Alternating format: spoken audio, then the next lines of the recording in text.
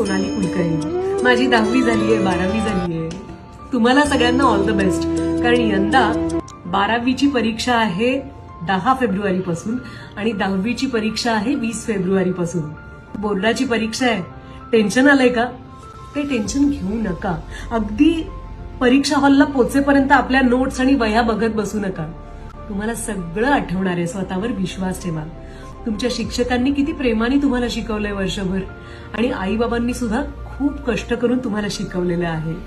तर या सगळ्या कष्टांचा मान राखा. कॉपी करू नका. कारण शॉर्टकटनी मिळालेलं यश आपल्याबरोबर जास्त काळ टिकत नाही. छान अभिमानाने पेपर लिहा. आनंदाने परीक्षेला जा.